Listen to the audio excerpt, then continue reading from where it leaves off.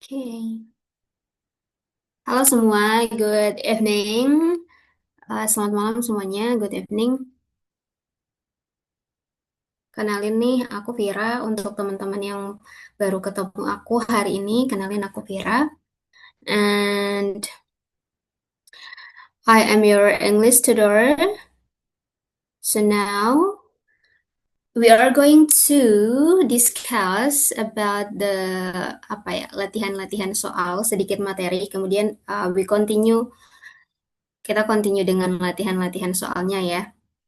Tapi I wanna tell you bahwa untuk explanation-nya, penjelasan dari soal-soal itu, I will speak in bahasa Indonesia, not English. Jadi aku akan bicara dalam bahasa Indonesia, bukan bahasa Inggris untuk memudahkan kalian juga.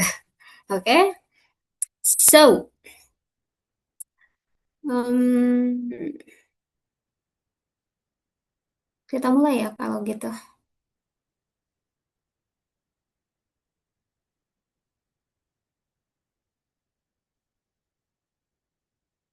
So, are you ready to study now, guys? Ready nggak? Ready? Kalau ready, kirim emot api-apinya dulu dong. Kalau ready, please. Udah siap nggak?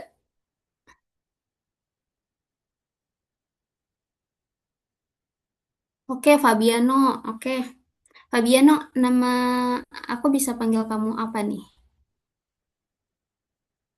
Nama pendeknya apa nih? Fabian kah? Fabian Kak, Fabian, Fabian. Oh, oke, Fabian. Oke. Oke, kita mulai ya, guys. Aku izin matiin videonya dulu. Thank you, everyone. Thank you, thank you.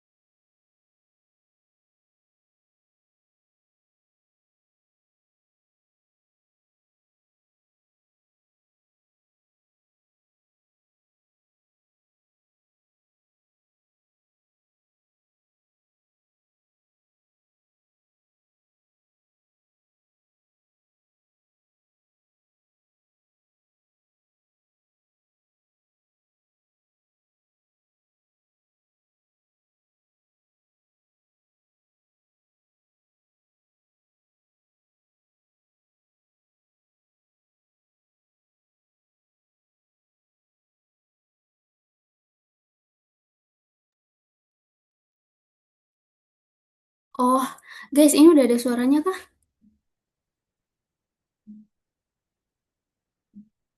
Halo, ada suaranya nggak? Aku baru join tapi emang nggak ada suaranya dari tadi. Astaga, maaf banget guys, ya ampun. Itu tadi aku share screen, terus aku iyain sama itu loh, apa tuh audionya gitu sampai di sini aku kemute di Zoom-nya. Oh my God, ya udah aku ulang dari awal ya guys. Oh my God, sorry.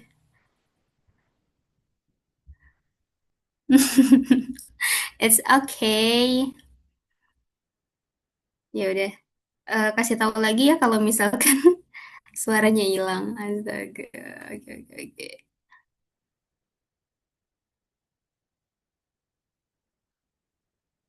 Guys, nanti kalau mau nanya terkait materi, tanya aja. Tapi nanti sebentar aku jawab ya setelah aku jelasin tentang materinya. Kedengeran lagi nggak, guys? Please.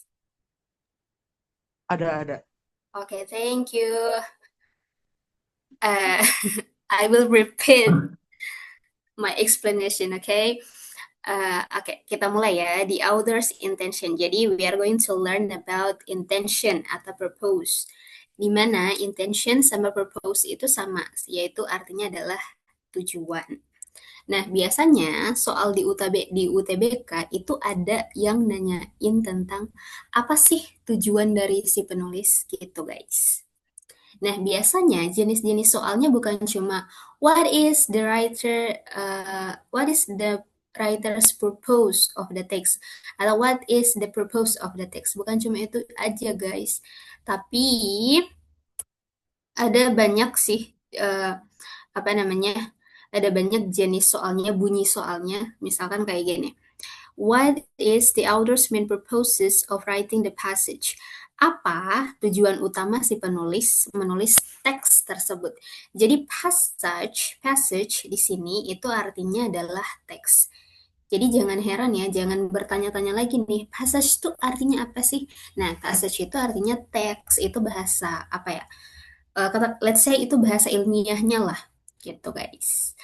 And soal yang kedua adalah what is the writer's goal? Nah, the writer's goal itu sama dengan tujuan. Goal itu adalah tujuan. Writer's goal adalah tujuannya si penulis gitu. Kemudian begitu juga dengan the author mean, tujuannya si penulis. Author dengan writers itu sama, artinya adalah penulis. Goal, mean, purposes, intention itu sama artinya, yaitu tujuan. Oke. Next, kita lanjut ke langkah-langkah untuk menjawab pertanyaan tujuan penulis. Biasanya, ini aku ada merangkum, ada berapa ya? 4 kalau nggak salah. Yang pertama, kita perlu untuk mencari topik apa dulu nih, bahasan dari teks ini apa. Kemudian kita juga perlu untuk mencari memahami isi teksnya. Untuk memahami isi teksnya, kita nggak boleh malas untuk membaca kalimat-kalimat awal di tiap-tiap paragraf. Kalau yang ditanyain tujuan penulis menulis teks tersebut. Tapi ada juga yang ditanyain hanya tujuan penulis menyebutkan kalimat ini, kalimat A, kalimat B gitu. Kemudian yang kedua kita identify jenis teks apa nih yang diberikan oleh si pembuat soal. Apakah kategorinya masuk di descriptive text, text explanation, hortatory, atau analytical, atau mungkin masuk di text discussion atau discussion text. Nanti sebentar akan aku kasih tahu descriptive text itu yang bagaimana, explanation. Tapi I think karena kalian udah kelas 10, 11, atau 12, kayaknya kalian udah mendapatkan semua jenis teks ini kali ya.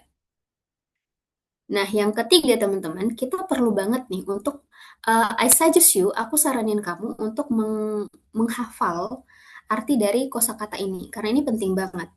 Karena di opsi jawaban misalkan ditanyain what is the main purposes of the text? Apa tujuan dari teks?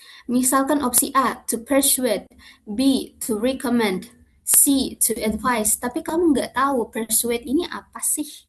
Recommend ini apa sih? Advice ini apa sih? Propose itu apa sih? Sayangnya kamu nggak tahu itu, gimana cara kamu akan mengeliminasi jawabannya kalau kamu nggak tahu regulating verbs ini. Jadi I suggest you ya, aku saranin kamu untuk menguasai regulating verbs ini. Kemudian to tell itu untuk memberitahu. Ada banyak sih, banyak banget regulating regulating verb-nya, tapi secara garis besar aku hanya memasukkan 14 ini aja. Terus tadi kan aku bilang jenis teksnya ada deskriptif, hortatory. Nah, kita mulai dari hortatory dan analytical dulu. Biasanya kalau soal teksnya itu berkaitan dengan analytical atau hortatory, maka di opsinya itu opsi jawaban biasanya ada to persuade, meyakinkan dan mengajak melakukan sesuatu. Kemudian to recommend, menyarankan, to advise, menasihati, to propose, mengusulkan, to convince, to suggest, menyarankan. Nah, kenapa ada meyakinkan, menyarankan, menasihati, mengusulkan, meyakinkan, menyarankan? Kenapa ada kata-kata begitu? Karena di jenis teks hortatory dan analytical itu sifatnya mengajak dan meyakinkan. Oke? Nah, karena sifatnya mengajak, tujuannya adalah mengajak dan meyakinkan, maka biasanya ada kata, biasanya di teks pasti ada kata ini. If you intend to, you should, harusnya, kita kan mau menasihati ya, kita kan mau menyarankan.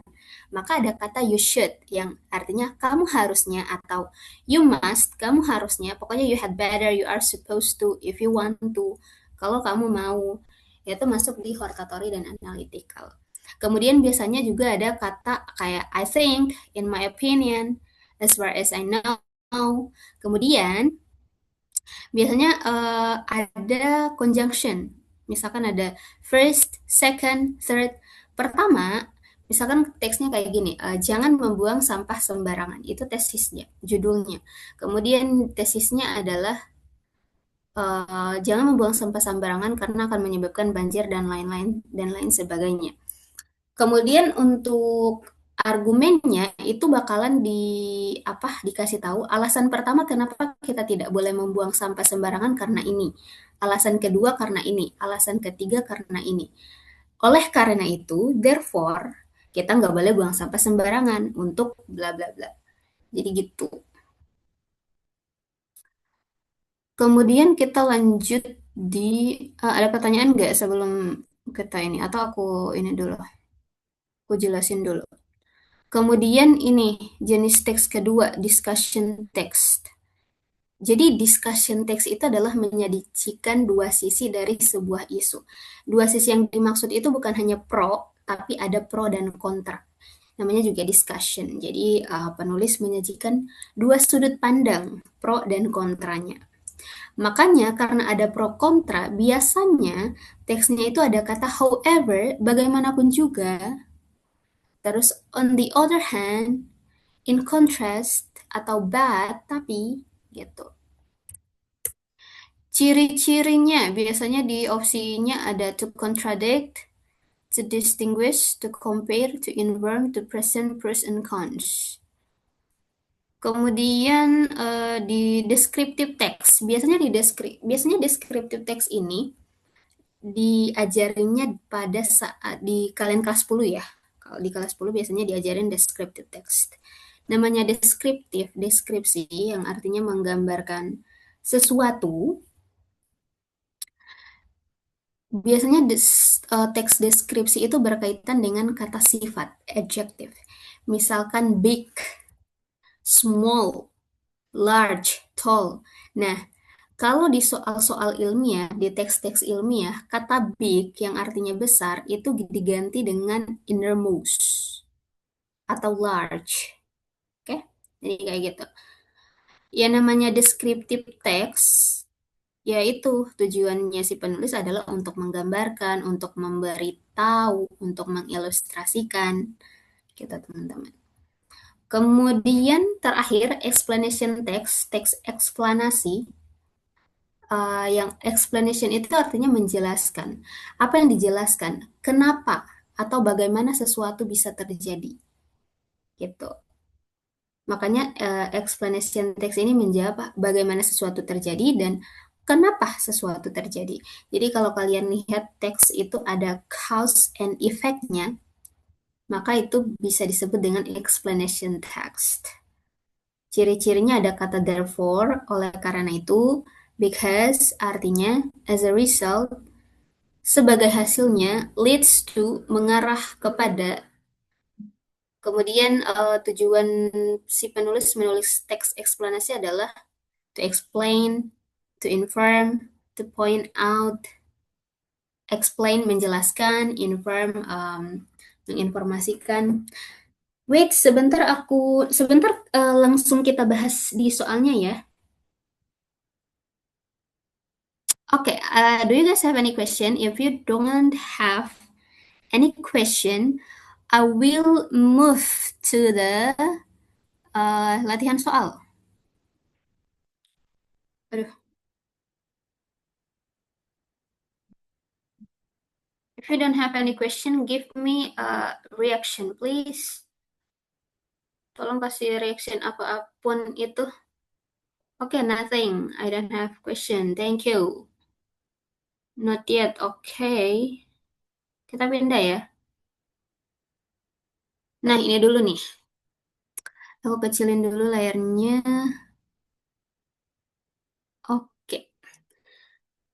Silahkan kalian Silakan kalian kerjakan dulu ya. Ini aku belum kasih timer.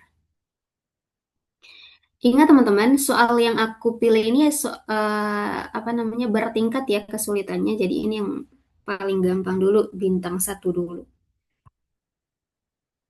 Silakan teman-teman kerjakan. Terus jawabannya di japri aja ya, nggak usah di apa dikasih ke everyone gitu.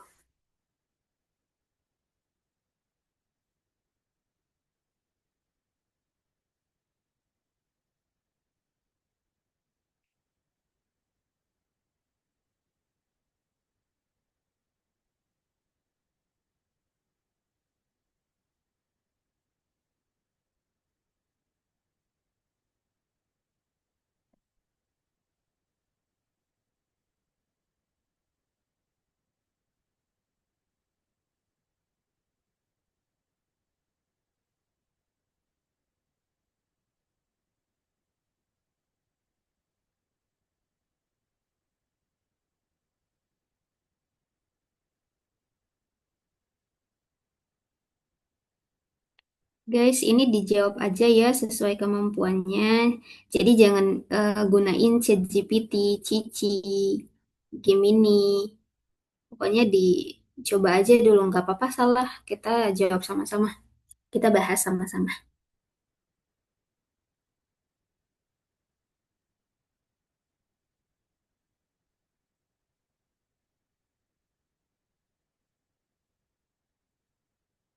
Sampai 8:05 aja ya, guys.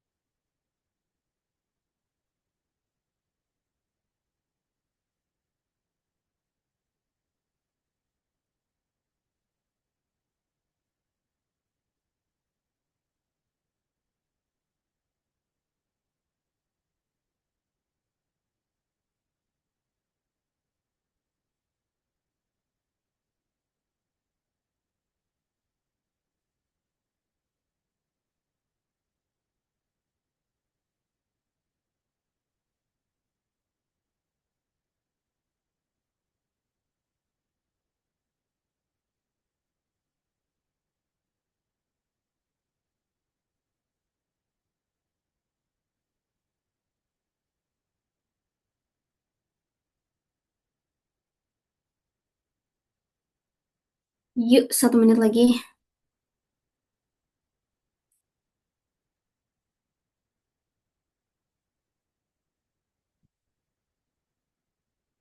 Oke, baru ada Adlin. Siapa lagi?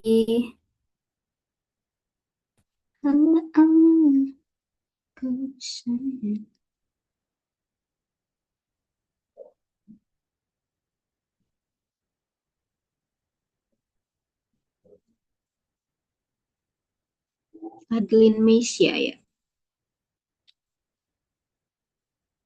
C kayaknya. It's okay. Agak bimbang ya. Nggak apa-apa.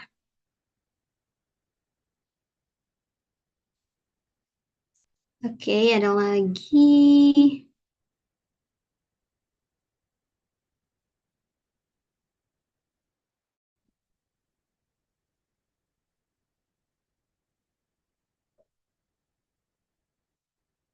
D. Option D. Visit itu mengunjungi. Kalau pergi, go. Kalau pindah, move. Visit mengunjungi.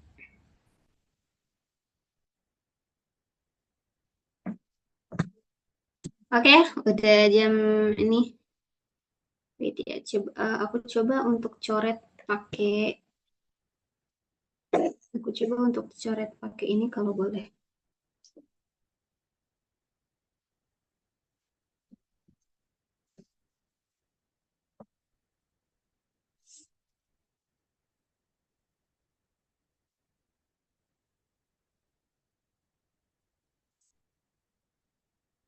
Ada lagi?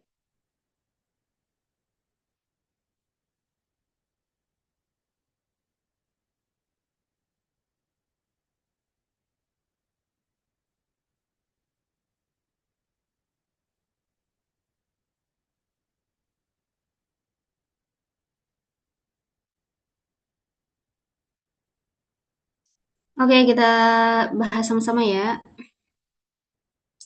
Ada yang jawab A, ada yang jawab C, ada yang jawab D. Kita lihat dulu teman-teman dari coba aku coba untuk ini gimana cara coretnya ya? Ada kecoret-coret gitu nggak?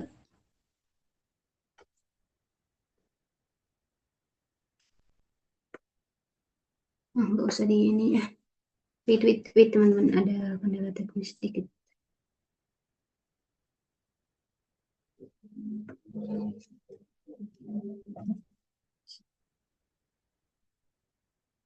Hmm.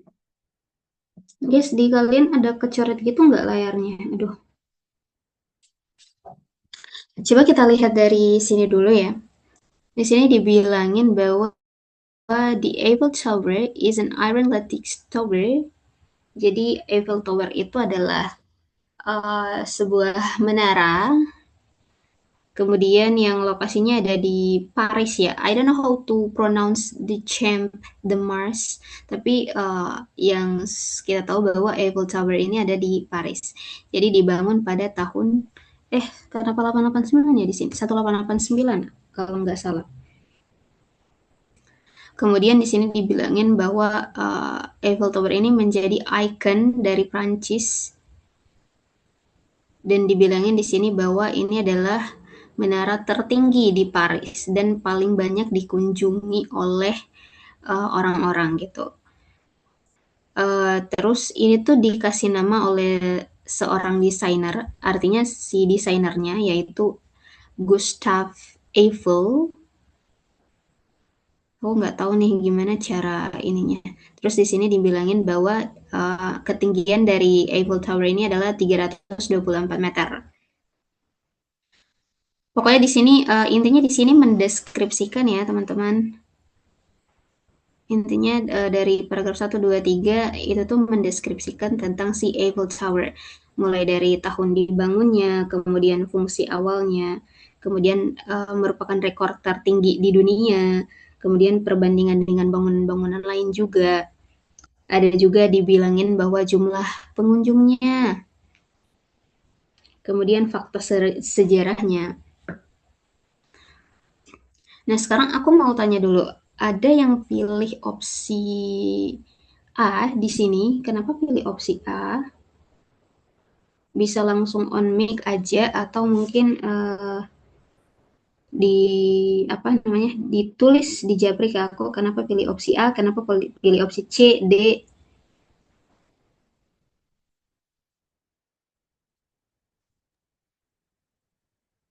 Hai. Hmm, yang pilih C ya.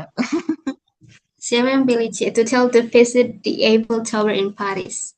Oh, Tadi sebenarnya kan iya. tadi aku juga kirim chat pribadi kan. Itu eh saya kayaknya tapi yang pertama aku D. Kenapa tadi yang awal kenapa bisa berubah dari yang D ke C?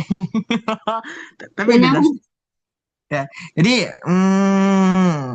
tadi aku jawab D karena kayak apa tuh ada nunjukin tahun-tahun terus nunjukin ini itu jadi aku kan langsung jawab D tapi pas aku baca lagi hmm, pas lihat pada grup aku kayak nggak tahu deh udah lah kayaknya aku ganti ke C gitu gitu Oh, lah kayaknya ganti aja ke C ya. iya gitu nggak tahu yang lain. Oke, oke, it's okay, nggak apa-apa. Ada lagi yang lain, thank you ya. Siapa ya namanya? Eh, kamu siapa namanya? Soalnya di sini singkatan namanya kayaknya Otak otak otak. Ota. Oh, oh, studi with Ota gitu ya namanya Iya maksud. benar sebenarnya aku Oh, itu apa ketinggalan 3 tahun enggak. aku bersih bersih email ternyata Ivas udah jalan gitu. Oke, it's okay. Thank you ya Ota. Yang lain gimana nih? Ada yang pilih C. Sorry, ada yang pilih A. To tell about how entertaining Eiffel Tower is. Kalau opsi C itu apa? Untuk memberitahu, sorry, untuk memberitahu supaya kita mengunjungi Menara Eiffel. Kalau opsi A untuk memberitahu tentang bagaimana Eiffel Tower itu sangat menghibur. Kemudian kalau opsi D itu untuk memberitahu deskripsi tentang Menara Eiffel. Kalau aku sebenarnya lebih prefer ke opsi D ini. Kenapa? Karena di sini dibilangin deskripsi. Mulai dari ini yang dibilangin dari iron, dari besi, kemudian letaknya ada di mana, dibangunnya kapan, kemudian iya iya iya. Ilham jawab apa ya? Ya, ya ya ya. I same with you, you same with me Ilham. Kemudian pokoknya ini tuh lebih menjelaskan ketinggiannya 324 meters, kemudian dibangunnya tahun berapa, apalagi ya. Pokoknya ini tentang ini ya, tentang apa deskripsinya ya. So, jawabannya adalah opsi D. Iya nih, yang masuk nggak sampai 10. But it's okay. Nggak apa-apa. Karena malming, emang hari ini hari apa? Oh iya, hari Sabtu ya. Ya udah deh, malming aja. Karena malming ya. Mungkin ada juga yang zikir di malam minggu. Oke, kita lanjut ya, teman-teman. Oke, boleh dilanjut nggak?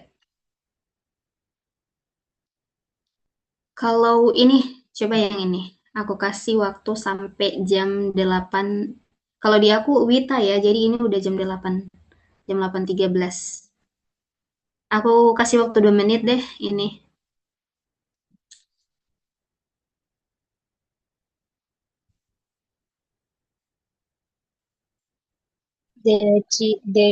Decisions itu artinya apa, Kak?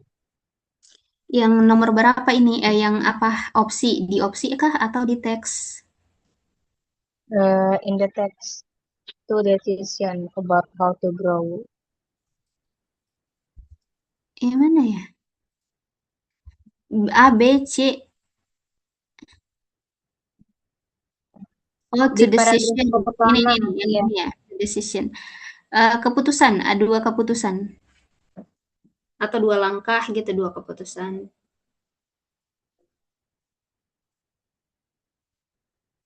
Decision itu keputusan.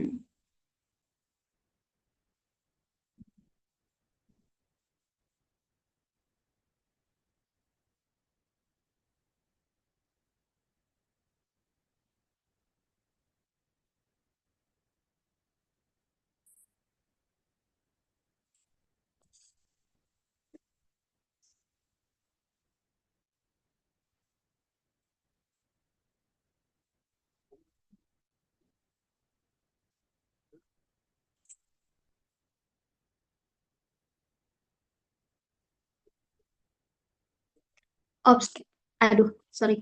Opsi E itu artinya arguing, arguing. I don't know how to pronounce, tapi arguing itu artinya menegaskan atau menyampaikan argumen tentang pentingnya pentingnya pengelolaan tanah dan pengendalian nitrogen. Gitu.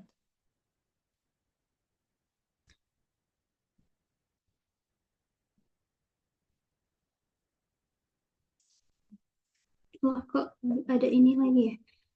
Opsi E, apakah itu D gak sih? Yang mana? Oh, opsi E. Nggak ada kayaknya opsi E-nya. Nggak ada opsi E ini. Sorry, sorry, sorry. Aku kurang fokus. Nggak ada. Opsi E nggak ada. Cuma sampai opsi D aja nih.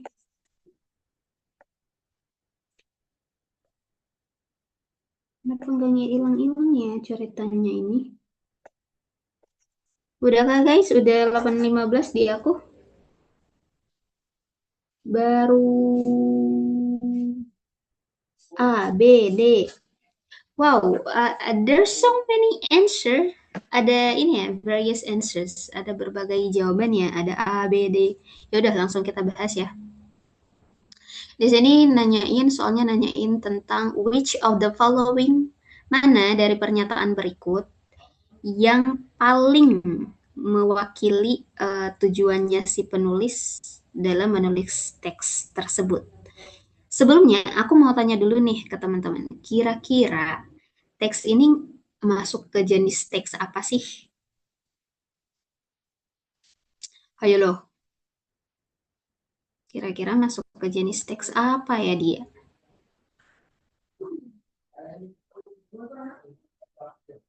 Ada yang tahu?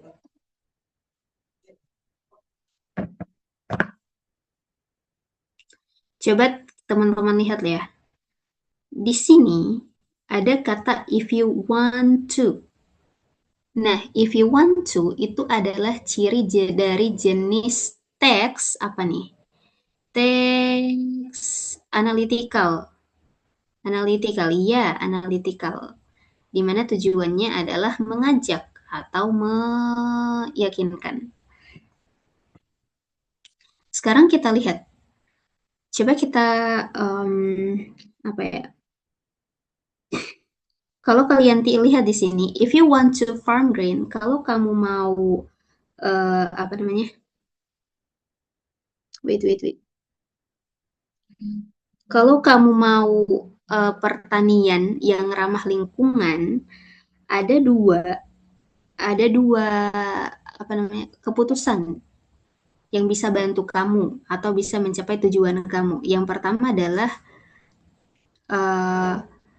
itu tillage, apa tuh tadi tillage, pengelolaan tanah. Yang pertama kamu harus memperhatikan pengelolaan tanah atau tanah yang kamu gunakan dan kemudian kamu dan juga bagaimana kamu mengatasi atau mengontrol si nitrogen ini. Kemudian walaupun terus di sini dibilangin bahwa walaupun ada banyak beratus-ratus, beribu-ribu keputusan, dua faktor ini artinya dua faktor tillage dan nitrogen ini yang bisa membantu kamu untuk berhasil nih dalam apa namanya dalam pertanian ramah lingkungan gitu. Jadi kalau terus coba kita ke opsinya ya. Kalau di opsi A itu bilangnya proposing an innovative approach to green farming. Ada yang tahu arti A? Propose? Tadi ada yang jawab apa? Propose itu artinya mengusulkan. Mengusulkan pendekatan baru untuk pertanian ramah lingkungan. Kalau kita kalau kita pilih opsi A, mengusulkan pertanian baru, mengusulkan pendekatan baru yang ramah lingkungan, penulis ini sebenarnya tidak menawarkan metode baru, dia hanya menekankan ada nih dua faktor, ada nih dua keputusan yang bisa bantu kamu untuk green farming, yaitu ada tillage, kemudian ada nitrogen. Kemudian, jadi opsi A salah ya teman-teman. Kemudian opsi B, Wait, aku ini dulu. Wait, opsi B, describing, menggambarkan atau menjelaskan strategi produksi tanaman yang ramah lingkungan. Kalau kalian lihat, ini kan dari awal kalimat aja itu dibilangin ada nih 2 decision, ada nih 2 keputusan untuk membantu kamu dalam farm green, dalam penanaman ramah lingkungan.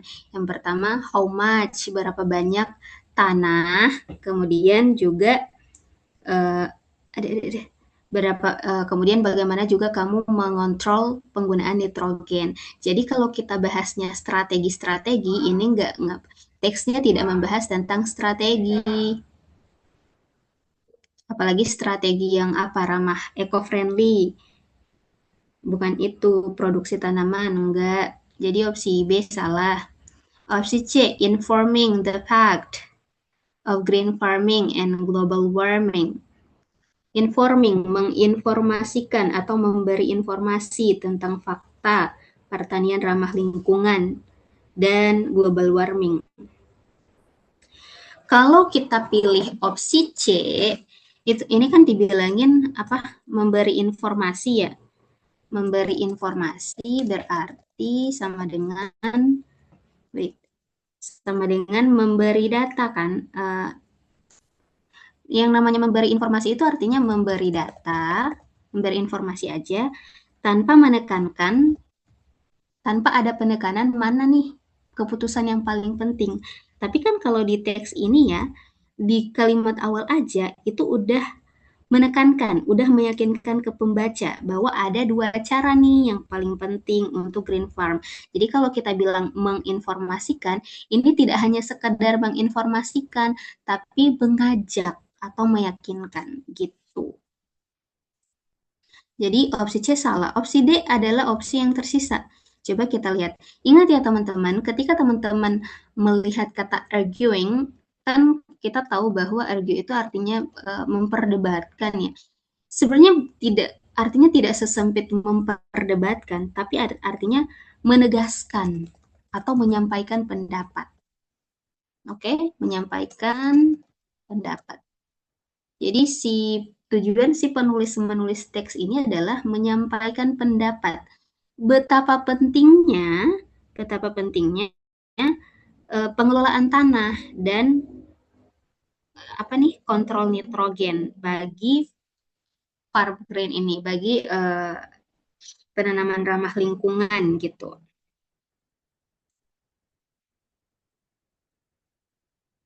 Jadi teks ini ngebahas tentang ada 2 faktor dalam green farming di mana ditegaskan dampaknya yang ini. Kemudian juga ditunjukkan kenapa keduanya ini, si nitrogen dengan si tillage ini kenapa sangat penting gitu. Oke. Oke, kita lanjut ya. Oh, ini ada jawabannya. Kalau kalian mau ngebahas soal ini lagi, kalian bisa ini aja. Nanti aku share. Nah, kita pindah ke soal yang apa nih? Aku kasih ini satu-satu ya supaya soal yang agak menurutku agak nggak mudah sih. Karena teksnya panjang, ada berapa paragraf nih? Aku kecilin ya.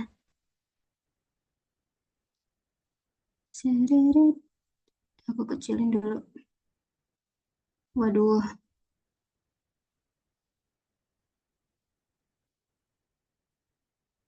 Ini bisa nggak ya? Masih kelihatan nggak kalau kayak gini? Kayaknya udah nggak ya? Ya udah. Kalian coba dibaca dulu. Why does the author indicate that the fifth species was not aggressive and its nest were randomly distributed over the study area? Ini ditanyain kenapa si penulis, apa sih alasan penulis, tujuan si penulis ngomong kayak gini.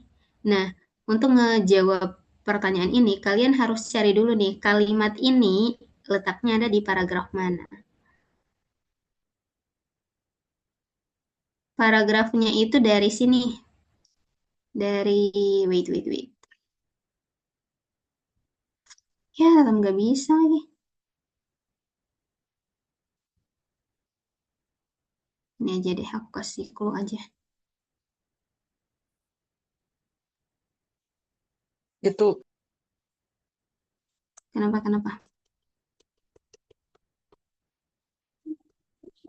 Coba ya aku ini kalau kayak gini. Nah, coba kalian lihat dari dua paragraf yang tersisa.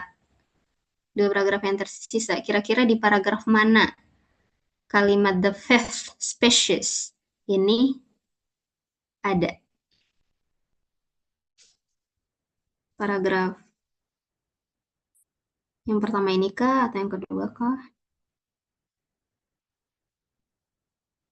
Kalimat terakhir di mana? Di paragraf pertamanya kah? Paragraf kedua ini kah?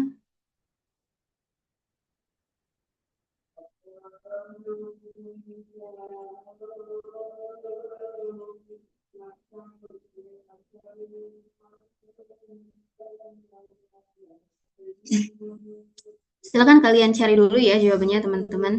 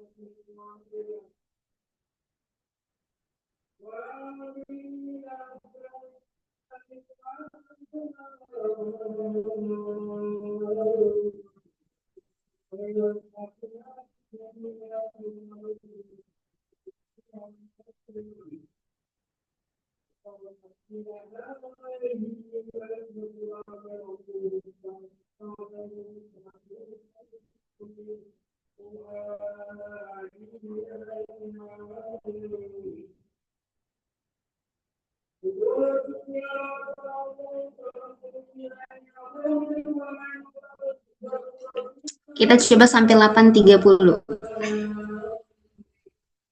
Semoga jawabannya kalian sama semua dan benar. Oke, sudah ada yang kasih jawabannya. Ota ya. Hadijah. Oh, Hadijah tadi bilangnya di paragraf 1. Sorry Hadijah, aku baru baca.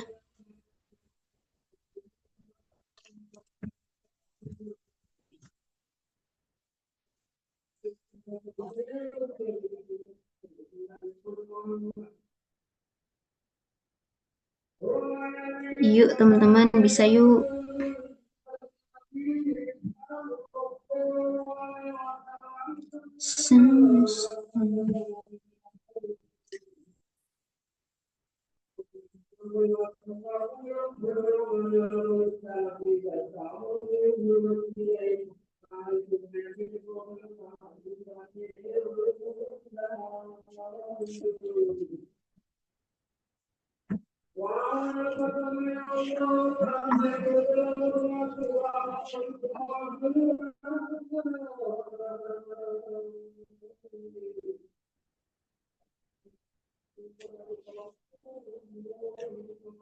Ini masuk jenis teks apa? Hayo tebak ini masuk jenis teks apa? Tebak dulu dong.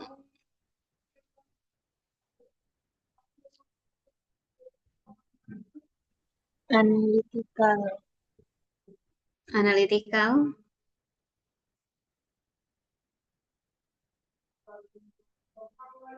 Coba dikasih jawabannya, jawaban dari soal, terus disertain juga ini masuk di jenis teks apa. Aku baru baca nih teks chat dari otak, argumen kah atau deskripsi atau prosedur, ini kamu tanya yang mana ya? itu udah tadi. Oh iya, aku baru baca. Oh my god, sorry ya, aku jarang baca-baca jadi Iya, aku maafin. iya, thank you. Aku ganti B deh. Kenapa dari D udah jadi B? Nanti aku tanyain kamu ya, alasannya kenapa jadi B ya. Siap nggak? Oke, 1 menit lagi ya, 1 menit. Nggak apa-apa kalau nggak mau kasih alasan. Aku nggak maksa kok. Oke, sudah ada Ilham.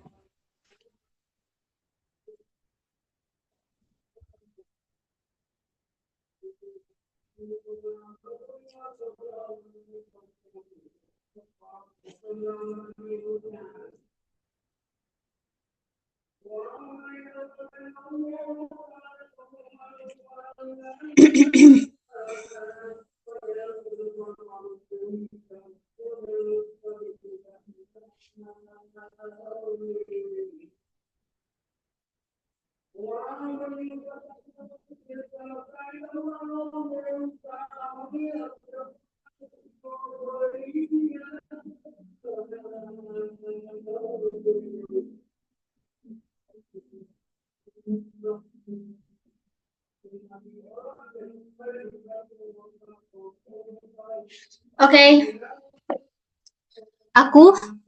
menurut teman-teman ini teks apa? Aku bakalan kasih jawabannya setelah kita dapat eh, jawaban. Aku bakalan kasih ini jenis teks apa kalau kita sudah membahas ini jawabannya apa. Kita lihat dulu, ada yang jawab B. Oh, dua-duanya jawab B. Oke, thank you. Apakah jawabannya adalah B?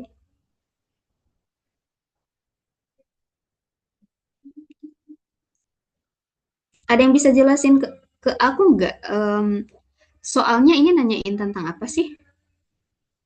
Bunyi soalnya tuh, oke, ada yang jawab. Oke. Bunyi soalnya tuh nanyain tentang apa sih?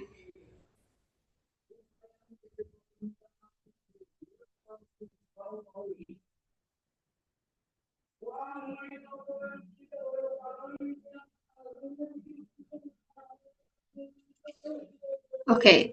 Jadi di sini ditanyain bahwa, wait ya, aku ini dulu, aku hapus dulu paragraf-paragraf yang tidak berkaitan. Aduh, wait ya teman-teman.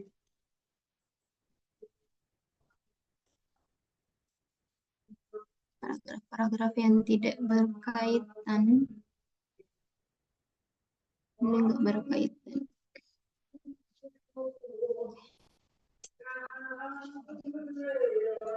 Kalau kalian lihat di sini, itu soalnya nanyain tentang why does the author indicate that the fifth species was not aggressive and its nest were randomly distributed over the study area.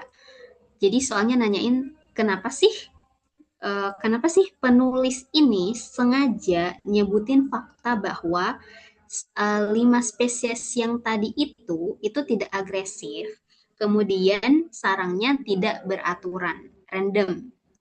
Jadi sarangnya tidak beraturan. Kira-kira apa tujuan si penulis ngomong kayak gitu, nulis kayak gitu di teks? Apakah opsi A untuk apa nih namanya? Apakah opsi A untuk menunjukkan hasil penelitian yang bertentangan dengan hipotesis awal dari si Hubble dan Johnson, atau B menunjukkan hasil penelitian yang mengonfirmasi bahwa pola persebaran sarang berkaitan dengan tingkat agresivitas, atau C untuk memperkenalkan hipotesis bahwa dalam satu spesies tidak semua koloni, tidak semua spesies, tidak semua anggota itu bersifat agresif. Kemudian opsi D, to point out atau to show, untuk menunjukkan bahwa semua spesies berhasil dalam menemukan lokasi sarang. Coba kita lihat, kalimat ini adanya di paragraf yang ini. Khususnya di sini. Ada di paragraf ini, khususnya di kalimat yang ini. Sekarang kita lihat.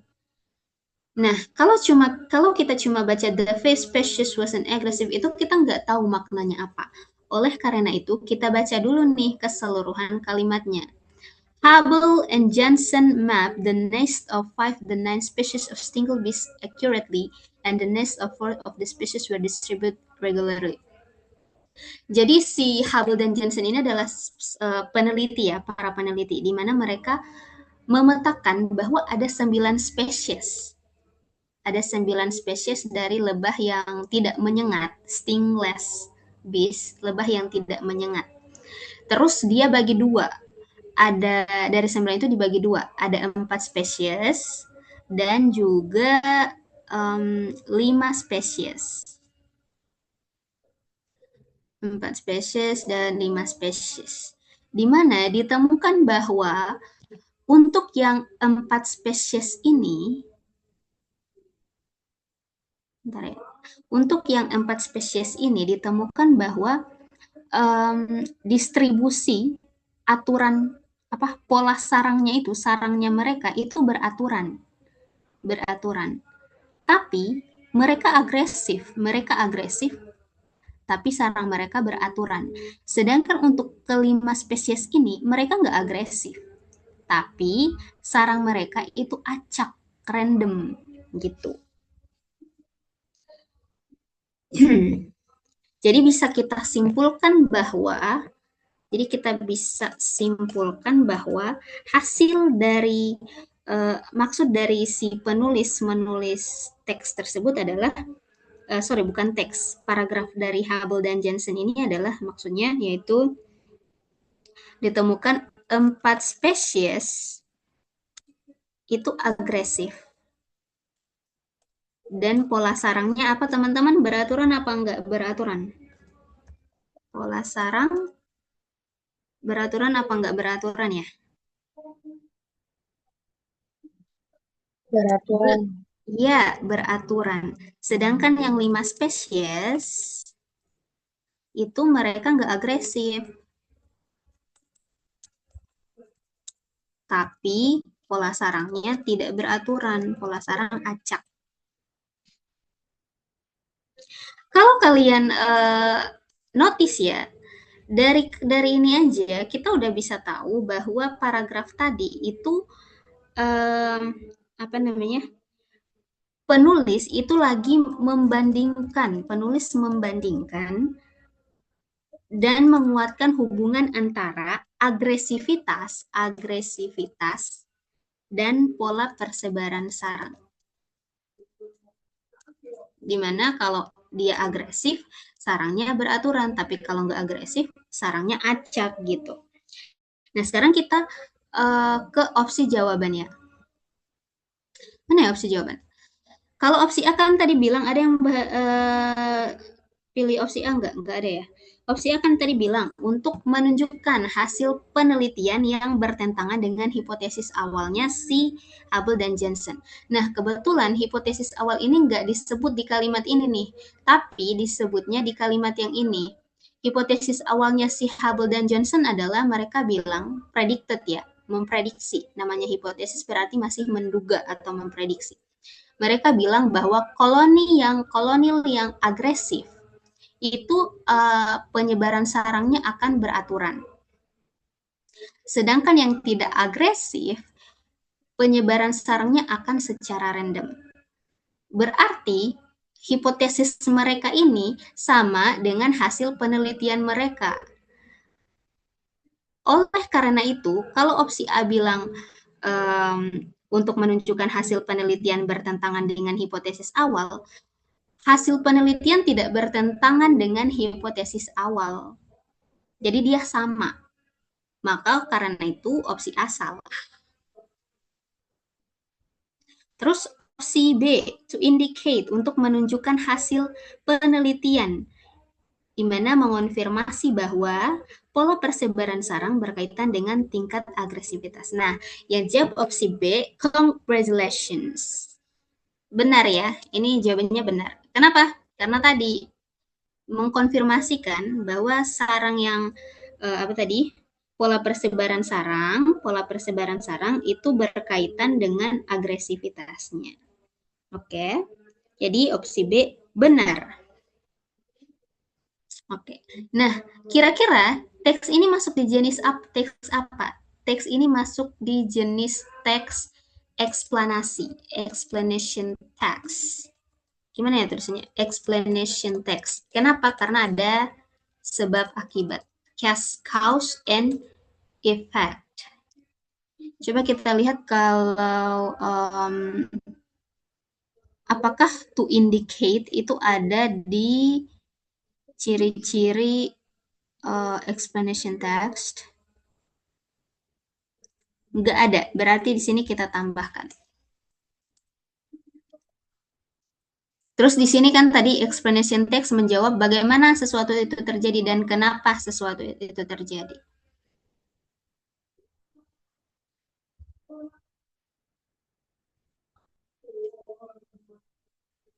Oke, lanjut lagi ya teman-teman. Kita break dulu ya selama 5 menit. Silakan teman-teman kalau mau stretching atau mau apapun itu, silakan selama 5 menit ya, mau minum air dan lain sebagainya.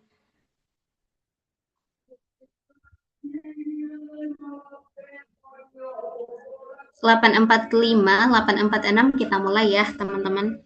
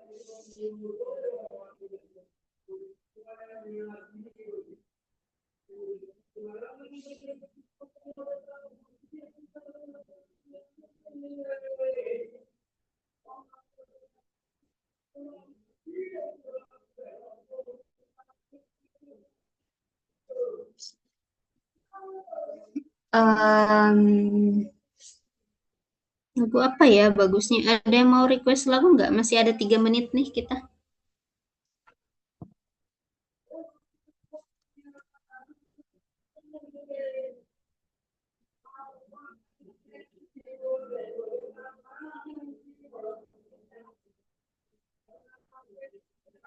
Thank you ya Ilham, Hadijah, Ota, Anonim yang masih mau ikut kelasnya. Message in a bottle, wow. Itu lagu, itu ini ya? Lagu ya? Aku baru tahu soalnya. Oh ini, kita pilih yang ada liriknya aja deh ya.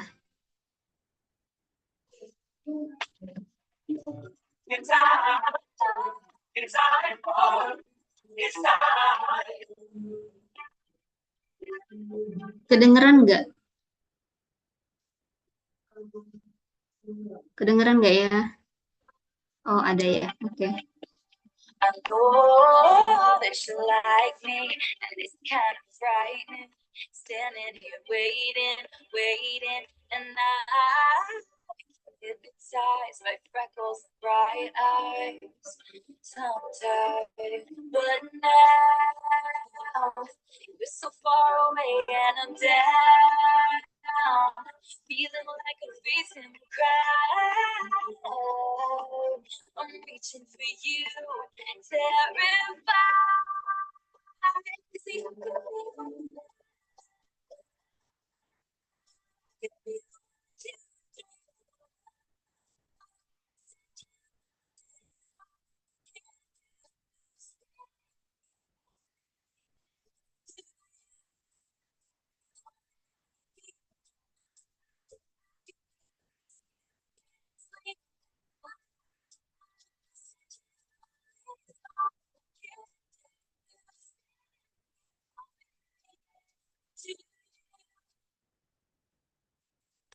Days I'm restless, work days are endless. Look how you made me, but time moves faster, replaying your laughter. Disaster doesn't end. You're so far away and I'm down. Feeling like a breeze in the crowd. I'm reaching for you. There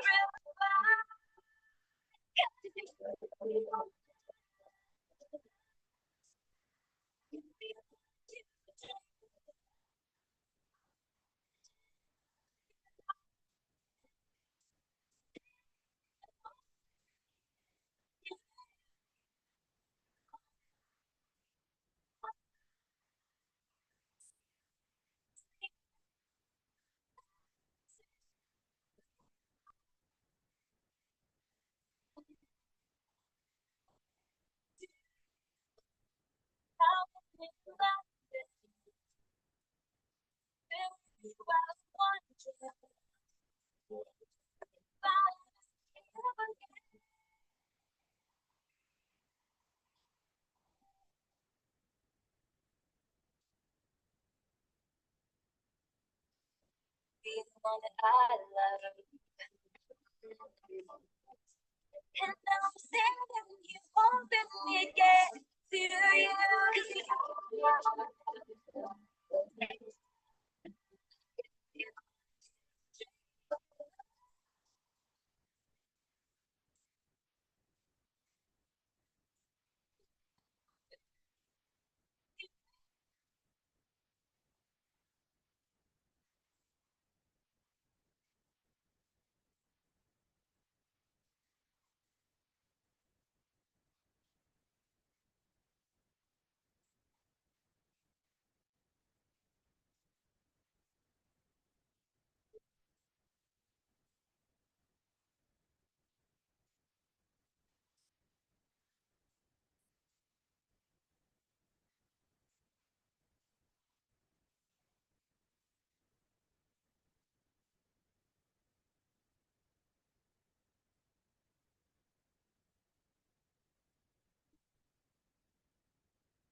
Oke, teman-teman. Udah ya. Thank you ya. Siapa yang tadi request lagu Hadiza ya? Oke, sudah ya breaknya. Kita lanjut lagi. Kita masih ada 2 soal. Tapi ini I think it's easy. Silakan kalian ini apa namanya, teksnya nggak terlalu panjang ya, yang nggak kayak tadi yang sarang burung itu. Ini agak pendek.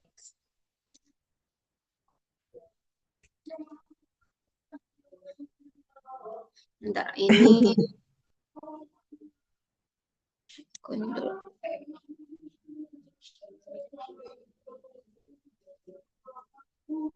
Oke teman-teman, silakan dikerjain.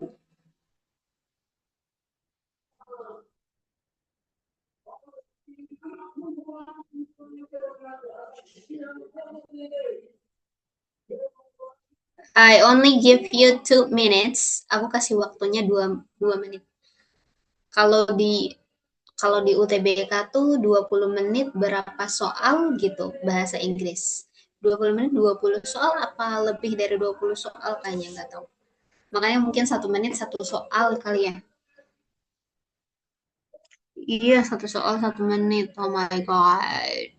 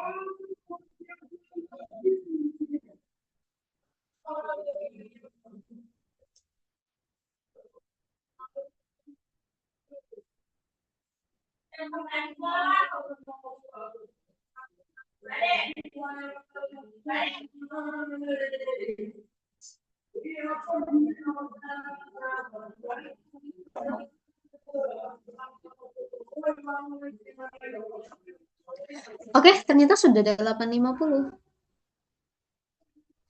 Sudah ada jawabannya?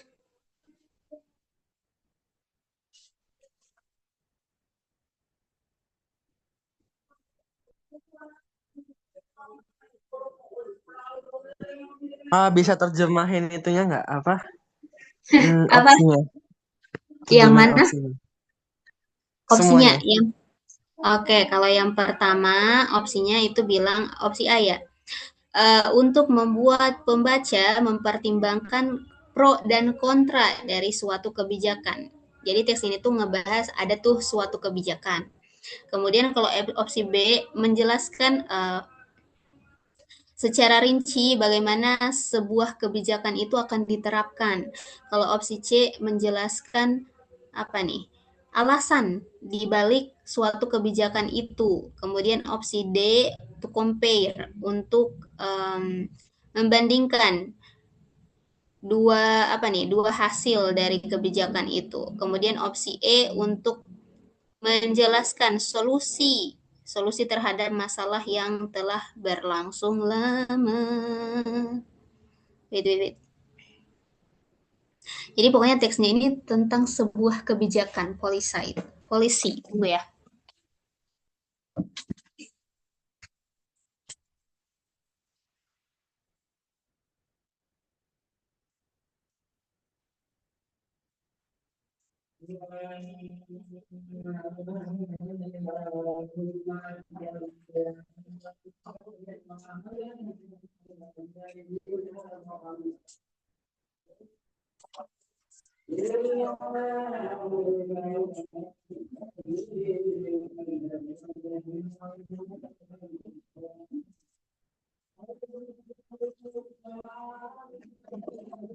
Udah ada yang ngasih jawaban ya? Aku vocabnya kurang jadi gak paham.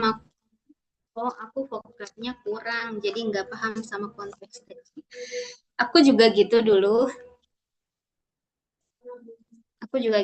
Tetap semangat ya, belajar terus, baca-baca soalnya terus, karena soal-soal UTBK itu adalah teks-teks ilmiah, bukan teks-teks yang gimana gitu. Teks-teks ilmiah, jadi kosakatanya juga kosakata yang advance, bukan yang basic, bukan yang sehari-hari. Misalkan big, kita kan tahu besar itu bahasa Inggrisnya big, tapi kalau dalam kosakata advance, kosakata bahasa-bahasa untuk soal-soal UTBK, TOEFL, itu tuh big menjadi innermost. Jadi jangan berhenti untuk berlatih ya. Nggak apa-apa. Ada D, nggak tahu. Ya udah kalau nggak tahu nggak apa-apa. Kita langsung bahas aja ya. What is the purpose in writing the passage? Apa sih tujuan si penulis menulis teks ini? So, karena yang ditanyain adalah tujuan penulis dalam menulis teks itu, maka kita baca dulu nih kalimat awal di setiap paragraf. Di sini dibilangin ya, kalau mulai 1 Juli pemerintah itu apa nih? melindungi sebagian besar siswa SMA dari kewajiban masuk sekolah sebelum pukul 8.30. Jadi kan kalau di Indonesia ya, kita masuknya itu jam 6.30, jam 7. Nah, kalau di negara bagian lain, itu ada sebuah kebijakan di mana pemerintah ingin melindungi anak-anak SMA dari yang namanya masuk sekolah sebelum jam 8.30, alias pokoknya sebelum jam 8.30 tuh kamu jangan dulu ke sekolah, nanti udah jam 8.30 teng atau jam 8.30 agak lewat baru kamu bisa ke sekolah. Itu adalah polisinya, kebijakan barunya. Jadi polisi itu artinya kebijakan, jadi bukan polisi ya, tapi kebijakan. Kemudian kita lihat lagi di sini. Beberapa negara bagian lain itu juga mempertimbangkan kebijakan serupa bagi remaja, yang secara alami mereka tuh berpikir bahwa secara alami remaja ini cenderung tidur lambat, kemudian bangunnya juga lambat, alias begadang terus bangunnya juga lambat. Makanya dikasihlah kebijakan bahwa pergi ke sekolah itu setelah jam 8.30 aja, jangan sebelum 8.30. Terus selain masalah kurang tidur, sleep deprivation, masalah kurang tidur, waktu masuk sekolah yang terlalu pagi juga mungkin tidak mendukung proses belajar. Mereka mereka mikirnya gitu nih pemerintah. Terus ada nih berdasarkan ritme circadian, nggak tahu circadian atau apa, circadian. Mereka tuh bilang bahwa siswa itu energinya justru lebih tinggi di jam 9 atau di jam 10 jam 10 malam. Dan sebenarnya di jam 8 pagi mereka tuh belum benar-benar terjaga gitu. Artinya belum benar-benar terjaga, kayak jam 8 pagi tuh kayak siswa tuh belum siap untuk belajar gitu. Kalau kalian gimana menurut kalian? Lanjut ya. Kemudian pakar pakar ada nih yang namanya pakar ahli tidur, sleep expert, namanya Matthew Walker. Pada saat dia di interview, dia bilang bahwa intinya gini kalimatnya ini. Ketika kita minta wait.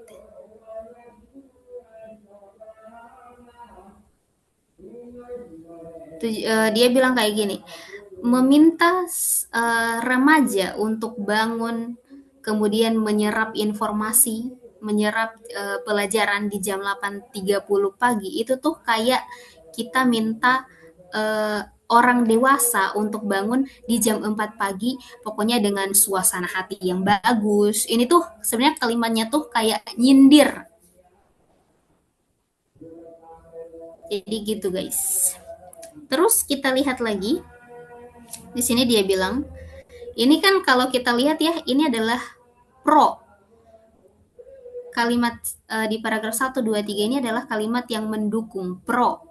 Yang mendukung bahwa mereka mendukung kebijakan adanya tidak ada pembelajaran dilakukan jam 8.30 atau lebih gitu.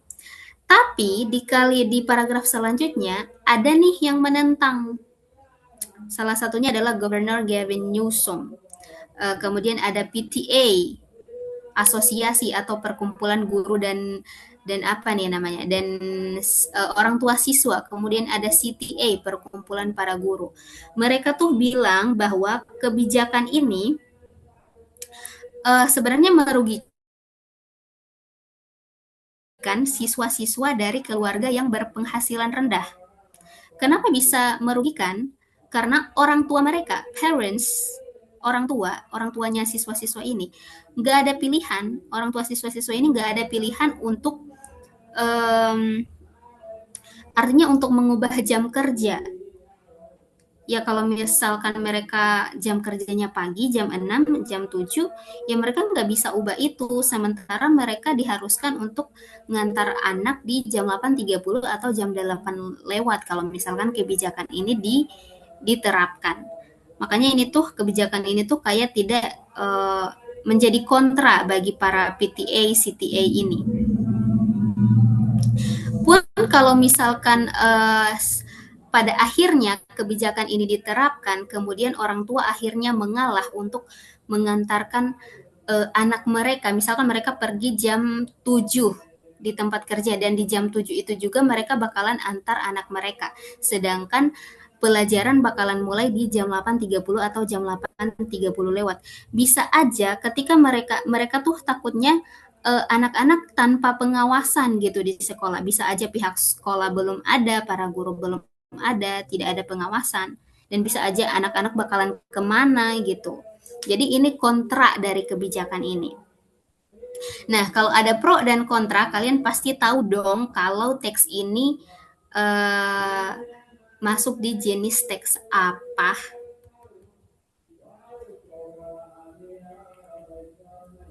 Kemudian dampak lain, kontra lain, pertentangan lain adalah semakin anak-anak di luar negeri itu kan mereka ada kerja part time ya. Semakin sore mereka pulang, maka semakin besar kemungkinan mereka kesulitan untuk dapat datang tepat waktu di tempat magang gitu. Alias terlambat ya kalau bahasa pendeknya. Nah, jadi kita lihat di sini kalau paragraf 1 itu ngomongin tentang kebijakan awal, di mana ada kebijakan baru. Kemudian paragraf 2 ada pihak-pihak yang mendukung kebijakan ini, tapi di paragraf keempat dan kelima ada kontra, ada pihak yang tidak mendukung kebijakan ini. Pokoknya disebutin kontranya apa gitu. Nah, sekarang kita lihat opsi-opsinya, kita eliminasi jawabannya. Kira-kira apa nih tujuan si penulis? Apakah A, untuk membuat pembaca mempertimbangkan kelebihan dan kekurangan suatu kebijakan? Ada nggak yang jawab opsi A tadi? Oh, ada yang jawab opsi D ya. Terus kalau opsi B, to elaborate, untuk menjelaskan secara rinci bagaimana suatu kebijakan akan diterapkan. Kalau misalkan kita pilih opsi B, teks ini kan hanya bilang ada kebijakan baru, bukan bagaimana cara menerapkan kebijakan tersebut. Jadi kalau kita pilih opsi B, bukan opsi B jawabannya. Karena teks tidak membahas, oke, jadi cara untuk menerapkan kebijakan ini. Nggak ngebahas itu. Cuma sekadar kasih tahu aja, ada nih kebijakan baru, terus dikasih tahu pro dan kontranya. Kalau opsi C untuk menjelaskan alasan dibalik kenapa kebijakan ini ada. Sebenarnya ini hampir aja jadi jawabannya, tapi jangan sampai terkecoh. Kenapa? Teks itu memang ada alasan pendukungnya. Di sini kan dia bilang ada ritme biologis ahli. Si ahli bilang bahwa ritme biologisnya siswa itu energi siswa itu adanya di jam 9 sampai 10 malam. Kalau di jam 8 pagi itu kayak mereka tuh kayak belum sadar-sadar gitu loh, belum siap untuk menerima materi. Sebenarnya itu ada. Tapi teks itu bukan hanya berhenti di situ aja. Ada juga penolakannya. Ini kan pro-nya. Ini ada penolakannya. Jadi kalau kita pilih opsi C, enggak. Kalau tujuannya opsi C, maka teksnya itu hanya membahas pro-nya aja. Kontranya nggak usah dibahas. Jadi opsi C salah. Opsi D untuk membandingkan. Untuk membandingkan dua hasil. Nah, opsi D ini juga sebenarnya bukan jawabannya sih. Jadi opsi D dan E sebenarnya bukan jawabannya. Opsi E untuk menjelaskan solusi terhadap masalah yang telah berlangsung lama. Ini nggak menawarkan solusi. Pro yang namanya discussion text itu kan pasti ada pro dan kontranya, nggak ada solusi di dalamnya. Jadi opsi yang benar adalah ini. Opsi A, untuk membuat pembaca mempertimbangkan kelebihan dan kekurangan suatu kebijakan. Oke, ini kan udah ada 4 soal ya. Kira-kira udah berapa soal nih yang kalian benar?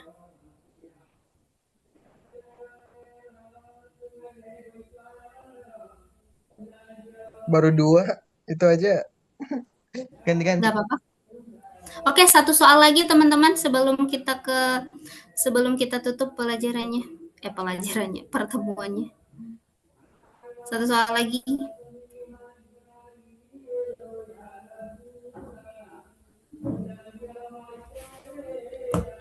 Siapa tahu kali ini benar.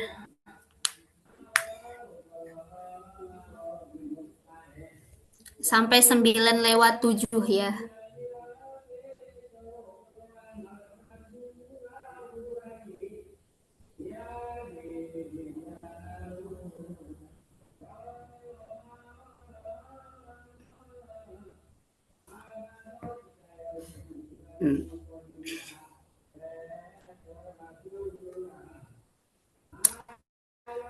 Ini ditanyain tujuan dari paragraf 4 itu apa. Jadi fokusnya di paragraf 4 aja. Paragraf ini aja ya fokusnya, nggak usah paragraf lain.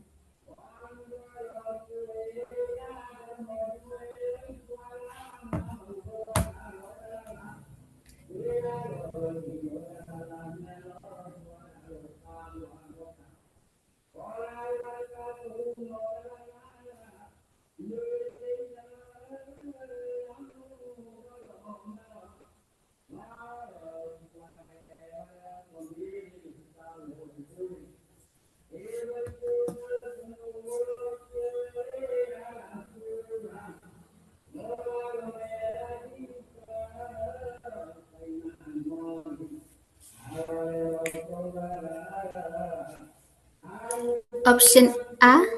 Oke, Ilham pilih opsi A ya. Oke, nanti kita lihat sebentar.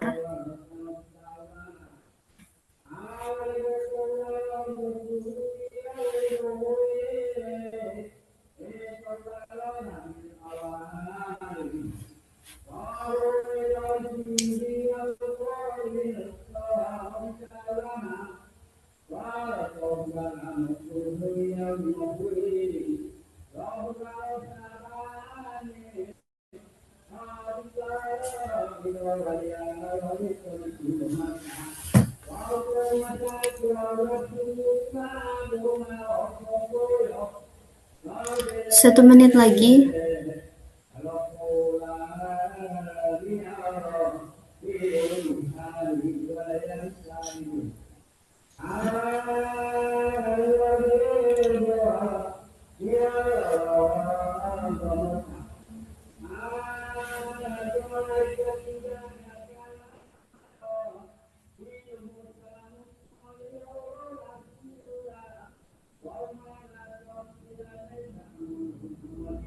Oke, A. Oke, good. Oke, sudah jam 9:07, Wita. Yang lain gimana? Adlin, Meisya, Hadijah. Thank you ya Ilham sama Otak. Oke, karena yang ditanyain adalah tujuan dari paragraf 4, maka kita fokusnya di paragraf ini aja, paragraf 4. Semua bisa hitung paragraf kan? Kayak ini paragraf 1, ini 2, ini 3, ini 4. Jangan sampai lo nggak tahu. Oke. Kita lihat dulu. Kita baca dulu teksnya. 1, 2, 3, 4. 1, 2, 3.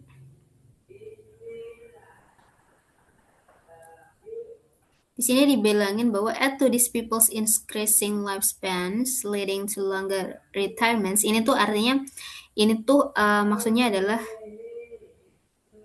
confused what the meaning of the text. Oke. Nanti banyak latihan aja ya. Aku hanya bisa bilang banyak latihan, banyak baca-baca teks yang ilmiah, bukan teks biasa, bukan kayak teks ulang tahun, prosedur teks, bukan yang kayak gitu ya. Paragraf 4 ini intinya bilang bahwa orang-orang sekarang itu hidup lebih lama, artinya masa pensiun, retirements, itu artinya pensiun ya teman-teman. Masa pensiun juga lebih panjang. Kalau dia hidup lebih lama, berarti masa pensiunnya juga lebih panjang. Kemudian di sini dia bilang social security benefits, manfaat social security atau keamanan sosial. Benefits itu manfaat ya teman-teman. Manfaat keamanan sosial barely supports basic survival. Kurang mencukupi untuk memenuhi kebutuhan hidup sehari-hari, artinya kebutuhan hidup dasar. Terus di sini complicated health, kesehatan yang rumit, and other insurance options, dan apa nih? Dan pilihan asuransi kesehatan, kemudian more complex savings and investment instrument to select from, and a plethora of choices from banks. Aduh, banyak banget nih yang yang berkaitan dengan retirement Semoga kalian paham sama apa namanya kosa-kosa katanya ini, terjemahannya. Pokoknya di sini intinya dibilang bahwa selain itu orang-orang sekarang hidup lebih lama. Kemudian manfaat social security itu sebenarnya kurang mencukupi kebutuhan hidup dasar. Terus pilihan asuransi kesehatan dan asuransi lainnya kayak ini credit unions, brokerage firms, credit card companies dan lain-lain itu semakin ribet dibilangin. Di sini dia dibilangin more kompleks, semakin ribet gitu dari tabungannya, kemudian investasinya itu semakin ribet. Terus pilihan tabungan dan investasi itu juga semakin banyak. Pilihan tabungan dan investasi itu juga semakin banyak. Ini ada kredit, firms, companies, dan more. Terus banyak juga lembaga keuangan dengan berbagai produk. Terus di sini dia bilang it is clear that financial literacy is a must. Jadi sebenarnya harusnya kita tuh harus melek dengan literasi finansial supaya kita bisa membuat keputusan dan menghindari utang-utang yang nggak perlu, dan akhirnya kita bisa ngebantu keluarga kita gitu untuk melalui keputusan-keputusan yang rumit ini. Makanya financial literasi itu penting. Nah, sekarang kita lihat di sini rata-rata kalian jawabnya opsi A. Tujuan dari paragraf 4 ini apa sih? Untuk menyoroti. Highlight itu artinya menyoroti. Kompleks itu artinya rumit. Retirement planning itu artinya rencana pensiun. Kalau retirement planning decision artinya keputusan untuk pensiun di masa atau di era keuangan digital ini. Jadi kalau kita artiin, opsi A bilang bahwa menyoroti keputusan perencana pensiun di zaman sekarang itu rumit, kompleks. Jadi opsi A ini bilang bahwa paragraf 4 ini menyoroti tentang betapa kompleksnya sih rencana pensiun di zaman sekarang, harus ngurus inilah, ngurus itulah. Terus opsi B, menekankan pentingnya membuka akun pensiun IRA, yang dimana akun pensiun itu disebut dengan IRA. Nah, sebenarnya opsi B itu, IRA ini disebutkan di paragraf sebelumnya, paragraf 3. Maka opsi B bisa langsung kita eliminasi, karena itu bukan paragraf 4, tapi paragraf 3. Kalau opsi C, to explain, untuk menjelaskan advantages, keuntungan dari keamanan manfaat keamanan sosial. Tadi kan dibilang bahwa keamanan sosial itu bahkan kurang mencukupi. Tadi kan di sini dibilang keamanan sosial itu kurang mencukupi untuk kebutuhan hidup dasar, kayak kebutuhan hidup sehari-hari. Keamanan sosial itu kurang mencukupi. Terus kenapa di sini dibilang untuk menjelaskan kelebihan dari keamanan sosial, sedangkan keamanan sosial itu bukan membawa kelebihan, tapi membawa kurang cukup gitu. Jadi opsi C salah. Kalau opsi D, to discuss, membahas berbagai pilihan tabungan dan investasi. Ini nggak lagi ngebicarain tentang berbagai tabungan dan investasi ya, tidak menjelaskan itu. Lebih ke menjelaskan betapa kompleksnya ngurus rencana pensiun di masa finansial, di masa keuangan yang modern ini. Karena harus ngurus ini itu gitu. Oke teman-teman, udah ya. Jadi yang jawab opsi A, congratulations, karena opsi A adalah opsi yang benar. So congrats ya. Udah, tadi ada yang jawab 3. Nah sekarang udah. Jadi dari 5 soal ada berapa jawaban? Ada berapa soal yang benar bisa dijawab?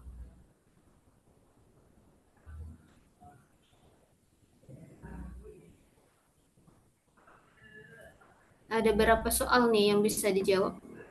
Bentar ya, yay 3, alhamdulillah 3. Bentar ya teman-teman, aku share dulu. Yang lain gimana? Ilham, Hadijah, Adlin. Aku share, aduh, aku share ini dulu ya teman-teman, apa tuh namanya, absen presensi 2. Nggak apa-apa Hadijah, nggak apa-apa, nggak apa. Aku manggilnya apa ya? Nama pendeknya, nickname-nya. 3, alhamdulillah ya, nggak apa-apa. Ntar ya, aku cari dulu link presensinya. Semua sudah tahu cara mengisi presensi kah?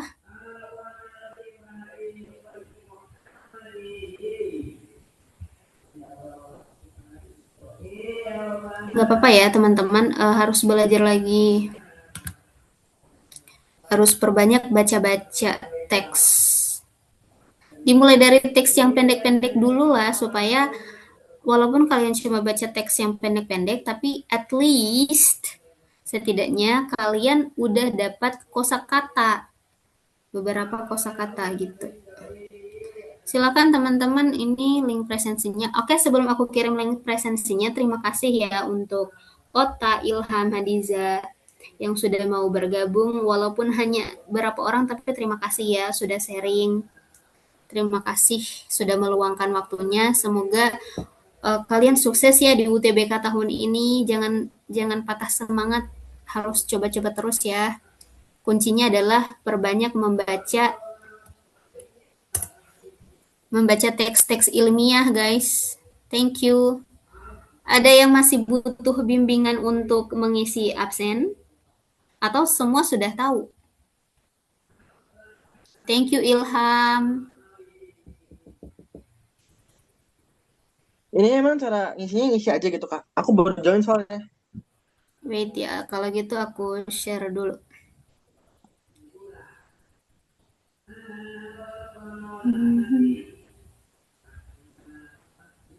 Ngisi. Ada kelihatan nggak ininya? Kelihatan nggak otak apa yang aku buka? Ini, presensi. Mantul. Oh iya ada. Kamu kelompok berapa? Di sini dipilih C0 kelompok berapa? C02. C02. Ya, kamu ikutin aku ini ya. Kamu lihat dulu. Hmm. C02 ini. Terus sesi yang diikuti kelas apa? Bahasa Inggris A01 sampai A07 atau C01? C01. Wait, aku lihat dulu. C01 ya? Iya. Misalkan ya ini. Terus berikutnya, kamu mentornya Kak Nazwa ya? Aku aja nggak tahu mentor aku siapa. Ya ini kalau grup, kamu kalau kelompok CO02 itu ada namanya di sini. Terus kamu tinggal pilih deh nama kamu siapa di sini. Ada ini. Ada nggak Hah? namanya di Kok ada sini? nama aku? Namanya siapa? Atau kamu salah pilih grup mungkin? What Atau the gimana? hell? Coba C01. Wait, kamu kok lupa-lupa sih nama kelompoknya? Ampun. Wait. It's okay. Kak Afifa, kamu nggak tahu nama mentor ya? Ada nggak di sini? Lah,